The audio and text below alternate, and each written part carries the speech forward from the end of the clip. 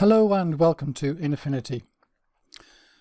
We can use curves in all kinds of ways, and we can also use it to create a monochrome, black and white picture. We can then use it to adjust that picture. So let's have a look at what we can do with that, with this particular picture, which uses, as the name says on the title of this video, the J-curve. So if we go to curves, bring that up, then in order to make this into a black and white picture, what we do is we go down to here and move down to the grey here, and nothing much seems to have happened. But all it does is waiting for you to do something, because if you just touch this curve, even just click a point on it, bing, there you go to a black and white picture. And you can then play with this to change how dark or light the picture is. So if we say pull it down, what would be nice here is for the background, the leaves there, to go dark so that the flower stands out.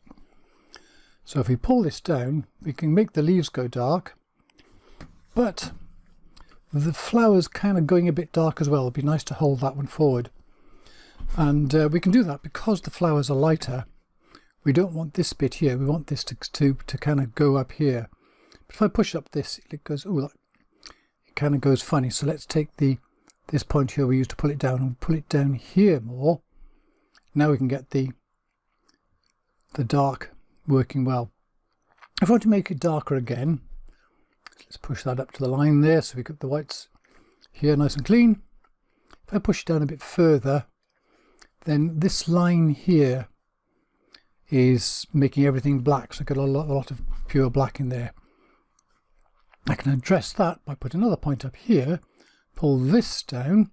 When we pull this down, this is lifted. Let's watch that at the bottom bit. See how it's lifted up, so we don't have complete black there. But when we do this bits are pushed up now, so we put another point in there again to pull that down. So there we got a nice darkened background and the flower standing out quite nicely on it. It's not pure white, it's not burned, it's just got a nice contrast there. However, there's a little point on here, that's this bit around here. It does kind of frame this, but it's a bit on the light side. So I'm going to shut this curves thing off and have a look. We can just switch that off and see what's there. We can see here it's not actually white, it's just lighter. So in that curve, when we pulled the darks down, this bit of the leaf went dark, but this was in that light area, so it didn't go dark. So what can we do about this? Well, I'm going to actually pull this layer up to the top here and give it a name. We'll call this black and white, so we know that's the layer that made black and white. And we're going to add another curves layer. And if we go get that one in there, there's another curves layer. But this is set as a child layer of this. We want to put that above there. Let's bring this one up here so we can see the curve. Now we can start using the colours. So we'll stick on RGB, but we'll change these here. There. So let's just go down to red and see what happens here. If we pull the red down or push it up, I think everything goes rather pink here. Pull it down, it goes a bit green, but we want it to be like black and white. Let's turn this layer on here. And now when we pull this up and down, we've got the black and white, but we're still affecting it. It's still going cyan in this direction and red in this direction. And that's because we got this on top. We started with the black and white and then made it more red.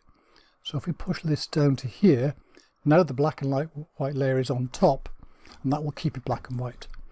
Now when I push this up and down, I'm changing the effect, but it's staying black and white. And notice also when I pull this down here, as this comes down, this area now is not as white. Yeah, so that's kind of working better for that. And in fact, we might even push this one up a bit here, because it's the lights we're affecting here. They want to do that. We can also try things on the other colours. So if we go to green, can green make a difference here? No, it's just making the whole thing a bit dark, isn't it? And what if we pull that down as well and bring up the background there? Yeah, that's not too bad. See, there's green in here as well, so that's affecting that. So we can only do it a bit without making the colour go. But this is good. How about blue? And let's go down and put blue on. Is this going to have any effect here? No, blue just affects the background a bit. It's not really affecting the flower, is it? In fact, we could make it just a little bit lighter, because it still stands out well, and this now is not quite as light as it was. Anyway, there we go. So the key thing we did was on the black and white layer we changed from RGB to grey, and then we can pull around with the curve. We made a nice J curve to darken the background but not the light foreground, and then we use another colour layer here to tweak things to look a little bit better. That's it, and thank you very much for watching.